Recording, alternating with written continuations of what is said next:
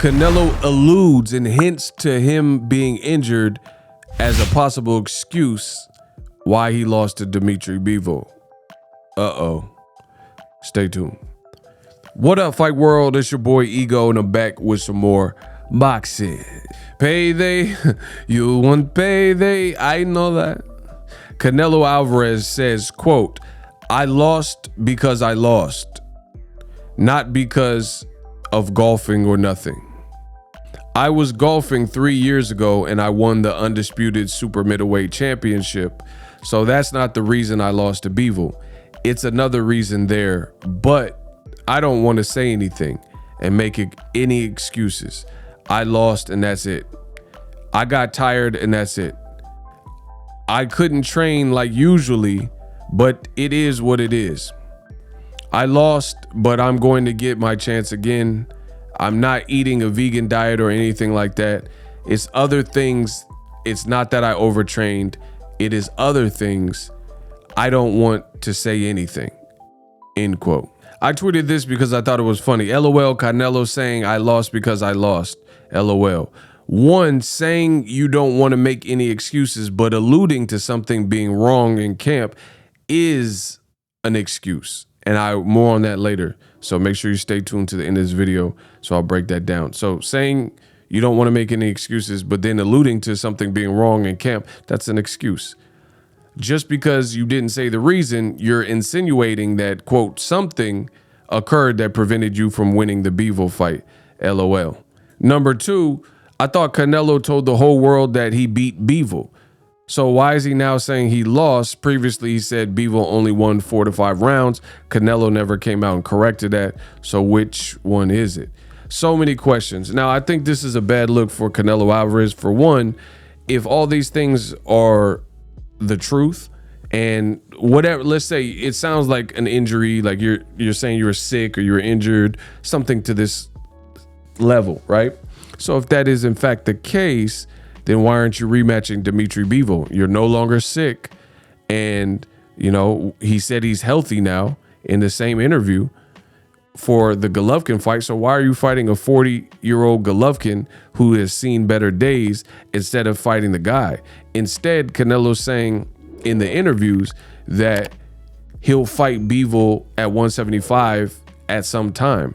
Yeah, but what happens if Bivol doesn't get a fight and he's inactive, right? And meanwhile, you're fighting Golovkin, probably going to stop him. And Bivol, still, we haven't heard any updates what his next fight is. This is what boxing does, boxing politics.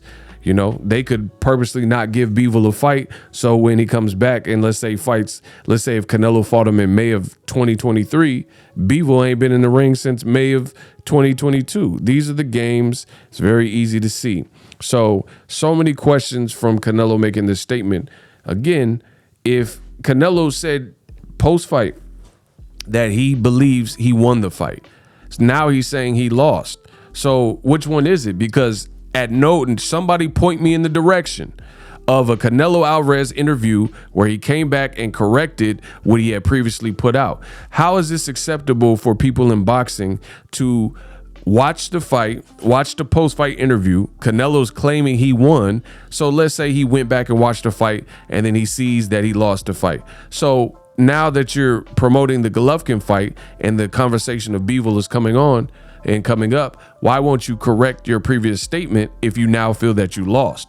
Like an actual, hey, okay, I rewatched it and he got the best of me. That's why it's not advisable to emotionally speak right after a fight or whatever the situation where you still have the emotions and everything's running high, because you tend to say stuff that it's better if you think about your thoughts, collect yourself, watch the tape, etc. You know, you could end up saying something you regret. And that's what it sounds like for Canelo Alvarez. He said that Bivol only won 4 or 5 rounds. Now he's seemingly, oh, I lost because I lost. And he's seemingly coming to grips with the fact that he really lost and admitting that he was tired. And why was he tired? And now he's saying he's not going to do a vegan diet. But all this sounds like excuses, because why did you do a vegan? If you've only fought one fight at 175 against Sergey Kovalev, and that fight was Canelo didn't look great up until the stoppage in that particular fight, in my take. I think Kovalev was keeping him at bay with his power and his size and his jab, and he didn't even look like he was trying. And Canelo was having difficulty getting on the inside. So if you only had one foray into the light heavyweight division and it wasn't your most sensational night for 10 rounds, then why would you switch up something and try a brand new diet, which could change the complexity of your body, or, you know, how your body processes energy? You never know. It's just like, that's a weird change. And it's like Canelo seems to have meat and no meat and all these diet switches. When he failed a drug test with clenbuterol, he blamed the steak. And then after people were saying he's a drug cheat, then he said he's not eating meat for the Golovkin rematch. And then you went back to meat, and then you lose to Bivol and you say you were vegan for that fight. So it's just all over the place. Furthermore, Barstool Sports, they got a guy, that reporter, that went to Canelo's gym in Bivol camp, and he's like 6'4", and then Canelo allegedly made him pee blood by punching him in the stomach. So what could you be alluding to? See, the boxing really tries to insult your intelligence. Canelo's trying to make it look like something was wrong with him, be it he was sick or he was injured. So how did that 6'4", a guy who would be considered a heavyweight, Barstool Sport, I get it, he's not a pro boxer, but if you're injured or sick, then how are you punching him in the stomach and allegedly making him pee blood, and then they're reporting about it? And it's all on videotape, and he was laughing. So it didn't look like nothing was wrong with Canelo. But then you lose, and then all of a sudden, you know, out the woodwork, we got to hear about this. And what Canelo did is the same thing as what we call dry snitching. Let me explain. There's two types of snitching. There's outright snitching. Tekashi, you know, that's an outright, you snitched on somebody. Everybody knows, your name's on documents. There's paperwork behind it. That's just regular snitching. Everyone's familiar. But then you have dry snitching.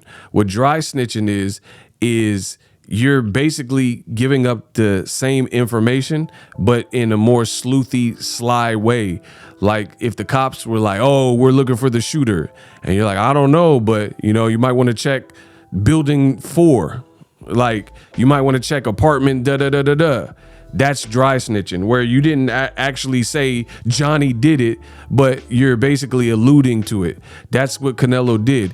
He's saying, I don't want to make excuses for my Bivol loss, but the fact that you're alluding to there being some mysterious forces or something or whatever this thing is that you keep saying you don't want to say, in essence, that's making an excuse, because now people are going to speculate because you've told them that and then fill in the blanks. So in essence, you are making an excuse, and that's not a good look for someone who was considered by some to be #1 pound for pound in the face of boxing, because you lose, you win some, you lose some, you know, get it back in blood, get it back by a rematch in Bivol. But saying I don't want to make excuses, but then really making an excuse by suggesting something was amiss, that's not good. Because even if it's the case, even if you stubbed your toe, broke your toe or something, it doesn't change anything. You went into combat, you signed, you passed all your medicals, and you thought you could beat the man,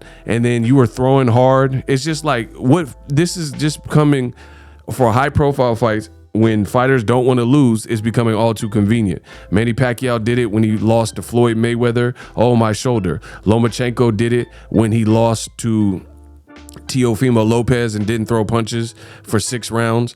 Teofimo did it when he lost to Kambosos. Teofimo said that, oh no, my shoulder was bad and my esophagus blew up and, you know, I couldn't breathe. And then George Kambosos missed weight and said, oh, make them think it. Oh, the art of war. You know, so it's just becoming too convenient when people lose. Let me just give a reason and suggest why I lost and things like that. So even Canelo suggesting this is the same thing as making an outright excuse, because you're giving people some inkling of hope that something else caused you to not perform at your best or beat Bivol. The end. Subscribe to the channel. We working. Introducing Super Thanks. Right here on the official Boxing Ego YouTube. Super Thanks allows you, the viewers, to show a little bit of extra gratitude, which enables me as a full-time content creator to push out the content you need in the world of boxing. Underneath all the videos, you will see a heart with the $sign in it. You can enter any amount that you find suitable as a super thanks. A brand new, interactive, and colorful way to get your comments highlighted and noticed by not only myself, but other people on the YouTube platform. Super thanks, a unique and cool way to show and applaud us full-time content creators. Hopefully you guys enjoy the content. Super thanks. The future is now. The Hibernation 5s by Kenichi Bear. Hybrid gaming and lifestyle headphones. Out of the box, you can connect to any console or PC. Bluetooth ready with a low latency USB adapter, color RGB, and extreme bass mode. The Hibernation 5s adjust to you. Whether you need a gaming, travel, gym, or lifestyle headphones, the Hibernations got you covered. The new Hibernation 5s, link in the description. Customize the way you hear the world. Welcome to the nation. Are you tired of your YouTube videos not getting any views? Well, consider TubeBuddy. I've used TubeBuddy for years to scale up my YouTube channel. Now we're sitting over 200,000 subscribers. TubeBuddy is a browser extension that offers a ton of built-in productivity and time-saving services to take your channel to the next level. Use my link in the description to get started with TubeBuddy and level up your channel faster. We working.